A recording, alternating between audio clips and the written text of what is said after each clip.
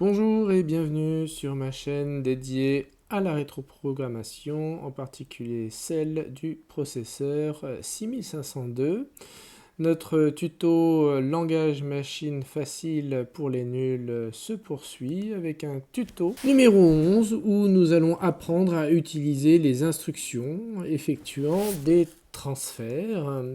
C'est-à-dire c'est les instructions TXA et TAX, TYA et TAY, ainsi que TSX et TXS. Alors il s'agit d'instructions copiant la valeur d'un registre vers un autre registre. TXA, alors dans cette instruction, la valeur du registre X va être copiée dans l'accumulateur. TAX, c'est l'inverse, c'est la valeur dans l'accumulateur qui va être copiée dans le registre X. TYA, c'est la valeur du registre Y qui va être copiée dans l'accumulateur. TAY, la valeur de l'accumulateur est copiée dans le registre Y. TXS, la valeur du registre X, est copiée dans le pointeur de pile SP. TXS, eh bien, c'est la valeur du pointeur de pile SP qui est copiée dans le registre X. Toutes ces instructions occupent le processeur pendant 2 cycles. Elles sont donc très rapides. Leur adressage est implicite, l'opérande est compris dans l'instruction. Des instructions simples, très simples même, mais très utiles. Alors, dans quel cas ces instructions vont être utilisées? Alors, je vais commencer par les instructions de base, TXA, TAX, TYA et TAY. Ces instructions peuvent servir dans 3 grands cas de figure. Elles peuvent d'abord servir à sauvegarder provisoirement une valeur dans un autre registre sans recourir à une sauvegarde préalable dans la pile du processeur ou en page 0. Vous vous souvenez, lorsqu'on veut sauvegarder dans la pile du processeur, c'est l'instruction PHA. Et lorsqu'on veut retirer une valeur de la pile du processeur, c'est l'instruction PLA. Alors, l'avantage d'avoir recours à cette instruction TXA ou TAX et TYA, TAY, eh bien, c'est que ça va occuper 2 fois 2 cycles, c'est 4 cycles, alors que si vous avez recours à une sauvegarde dans la pile du processeur ou en page 0, eh bien, ça fait 2 fois 3, c'est-à-dire 6 cycles. TXA, et TAX, TYA et TAY, ces instructions peuvent également servir à la recherche de valeurs du registre X ou Y, alors que l'un ou l'autre est déjà utilisé pour la lecture d'une table. Imaginons une table à l'adresse 1000 en hexadécimal. Voilà, donc vous avez une succession d'octets qui correspondent à une table. Alors je rappelle, une table de valeurs, qu'est-ce que c'est? Ce sont des valeurs qui sont placées les unes à la suite des autres et qui correspondent à une certaine cohérence. Par exemple, ça peut être des valeurs sinusoïdales. Vous savez, vous avez les tables de cosinus et de sinus, donc ça peut être des valeurs qui ont une forme de correspondance les unes aux autres. Et par exemple, l'instruction LDA $1000,x, eh bien, vous voyez que dans cette instruction, j'utilise à la fois mon registre A et registre X pour lire les valeurs à partir de l'adresse 1000 en hexadécimal. Eh bien, je vais transférer la valeur chargée dans mon registre Y. Ça va délester à ce moment-là la valeur que j'ai chargée dans l'accumulateur A. Et la valeur d'Y va servir parfois de lecture d'index, de lecture à une autre adresse. Alors, enfin, la troisième grande utilisation de ces instructions, elles peuvent servir à ajouter ou soustraire des valeurs au registre X et Y. Vous savez que les fonctions ADC et SBC ne fonctionnent qu'avec l'accumulateur. Vous ne pouvez pas utiliser ADC et SBC directement avec les valeurs comprises dans les registres X et Y. Alors, Je vais vous donner un exemple. L'exemple assez pratique, vous allez transférer la valeur du registre X dans l'accumulateur avec cette instruction TXA. À ce moment-là, l'accumulateur est chargé avec la valeur du registre X. Et puis ensuite, vous procédez aux opérations d'addition classique. Donc on utilise cette instruction CLC pour Clear Carry. Vous vous souvenez, ça précède toujours une opération d'addition. Et ensuite, vous faites ADC, suivi de la valeur que vous souhaitez. Et bon, là, en l'occurrence, dans mon exemple, c'est 10 en hexadécimal. Et une fois que l'accumulateur est chargé avec la valeur correspondant à l'addition, eh bien, il suffit de transférer cette valeur dans le registre X, et à ce moment-là, X a la valeur correspondant à l'addition en question. Enfin, l'utilisation des deux instructions particulières que sont TSX et TXS. Alors, ces instructions sont propres au registre particulier qu'est le pointeur de la pile du processeur. Elle vous offre la possibilité de lire et de modifier le pointeur de pile qui servira d'index de lecture et de placement dans la pile du processeur. Et je vous rappelle que la pile du processeur est située entre les adresses en hexadécimal 0100 et 01FF.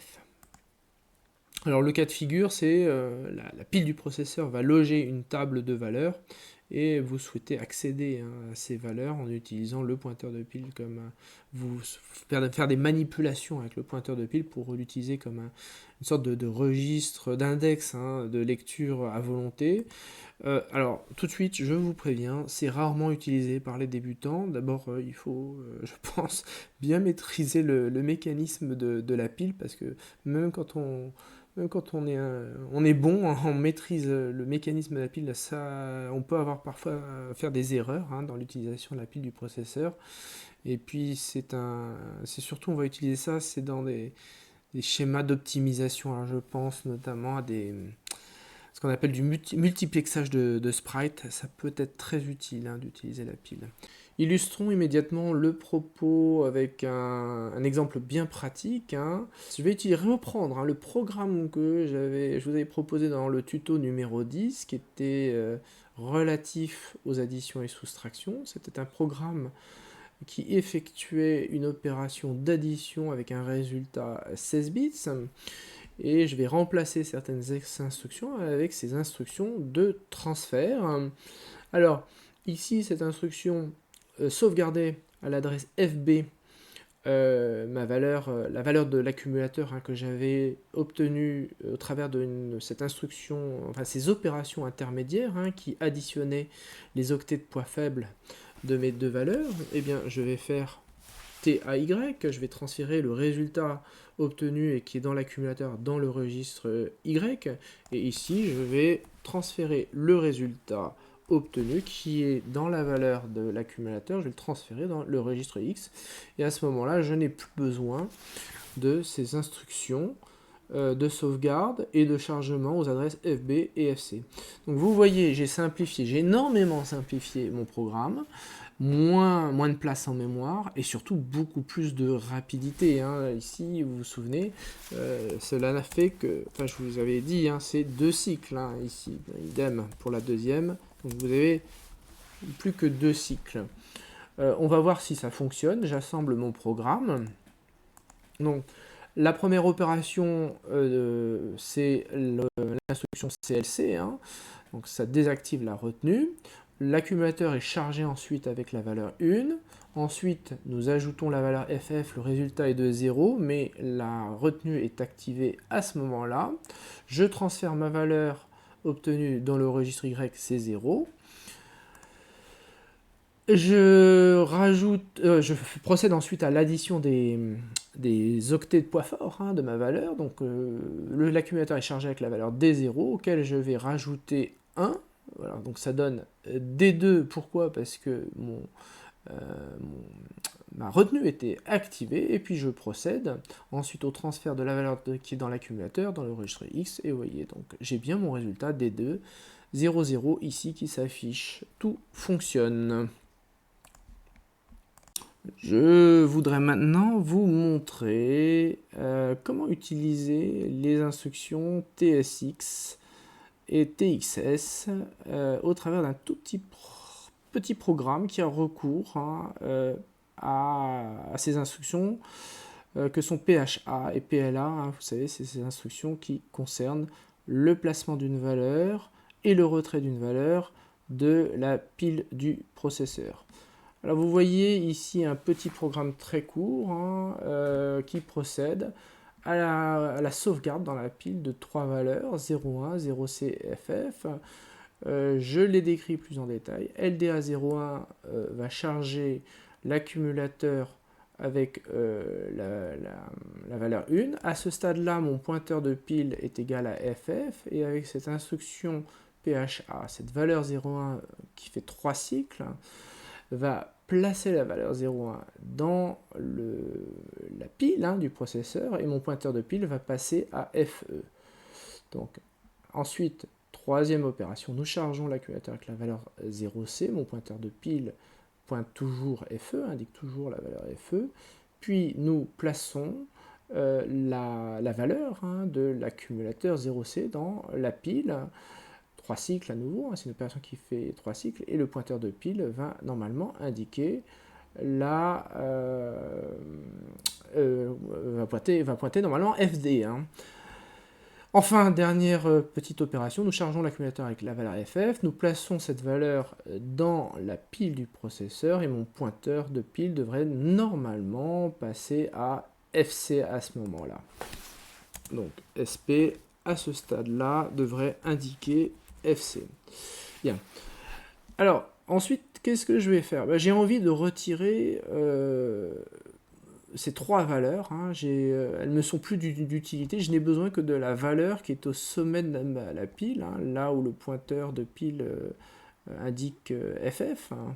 Donc, j'ai besoin de récupérer cette valeur 0,1. Alors, très naturellement, on va utiliser les instructions de base pour retirer quelque chose dans la pile. On va faire PLA, PLA et PLA 3 fois. J'assemble, je mets en route le programme, on vérifie LDA01. Bon, l'accumulateur est chargé avec 1. Pas de souci, vous voyez bien que mon pointeur de pile est à FF. Je place ensuite l'accumulateur, la valeur de l'accumulateur dans la pile. À ce moment-là, le pointeur de pile passe à FE. Je charge ma valeur 0C. Mon pointeur de pile doit toujours indiquer FE. Voilà, donc 0C. Je place cette valeur de l'accumulateur dans la pile. Mon pointeur de pile passe à FD. Je charge ensuite la valeur FF dans l'accumulateur. Voilà. Je place ensuite cette valeur dans la pile. Et là, mon pointeur de pile passe à FC. FC, il me dit que c'est la valeur, en fait, c'est l'adresse immédiatement disponible dans la pile. Et puis ensuite, je vais procéder au retrait à chaque fois. Donc normalement, FC repasse, vous voyez, à FD. L'accumulateur conserve la valeur de FF, puisque c'était sa dernière valeur. Puis ensuite, il passe à 0C avec cette instruction PLA. Donc c'est la deuxième valeur qui a été sauvegardée. Mon pointeur de pile est modifié. Puis il charge la valeur 0,1, qui est la première valeur que j'ai sauvegardée avec pour pointeur de pile FF. Nous allons maintenant simplifier ce programme. Comment? Tout simplement en supprimant, vous voyez, ces instructions PLA. Nous allons charger le registre X avec la valeur FE. Puis nous allons placer cette valeur FE dans le pointeur de pile grâce à l'instruction TXS. Puis nous allons procéder au retrait de la valeur qui est dans la pile à l'adresse pointée par le pointeur de pile. Alors FE, si vous vous souvenez, c'était cette adresse qui était immédiatement pointée par le pointeur de pile une fois qu'on avait placé la valeur FF. Donc non logiquement, je devrais avoir dans mon accumulateur la valeur FF à la suite de ces instructions, sachant que ces instructions ici font 2 cycles au lieu de 3 cycles. Donc normalement, nous avons économisé 2 cycles ici. Alors j'ai fait une petite faute d'orthographe que je corrige immédiatement. J'assemble et nous allons voir si cela fonctionne. Première instruction, l'accumulateur est chargé avec la valeur 1. Eh bien, pas de problème. La valeur 1 est placée dans la pile, hein, le pointeur de pile est modifié. Ensuite, l'accumulateur est chargé avec cette valeur 0C, placé ensuite dans la pile, le pointeur de pile est modifié. L'accumulateur est chargé avec la valeur FF. La valeur FF est placée dans la pile, donc le pointeur de pile est modifié à ce moment-là. Puis nous chargeons la valeur de X avec cette valeur FE que nous transférons ensuite avec cette instruction TXS dans le pointeur de pile. Ici, vous voyez bien, le pointeur de pile est à ce moment-là. Puis nous procédons à cette instruction PLA et nous allons voir, eh bien oui, l'accumulateur est bien chargé hein, avec cette valeur 0,1 qui était la première valeur placée dans ma pile du processeur, qui était normalement tout au sommet, et qui était donc la plus lointaine à aller rechercher. Et on voit que ça fonctionne. Nous avons simplifié le programme, surtout nous avons surtout écourté le nombre de cycles. Nous avons gagné 2 cycles au travers d'un cycle à chaque fois ici. Donc au lieu de faire 3 cycles, ça fait 2 cycles, là c'est 2 cycles. Donc nous avons économisé un cycle ici, ça fait bien 2 cycles d'économiser par rapport au précédent programme. La vidéo est maintenant terminée, j'espère qu'elle vous a plu et je vous dis à bientôt.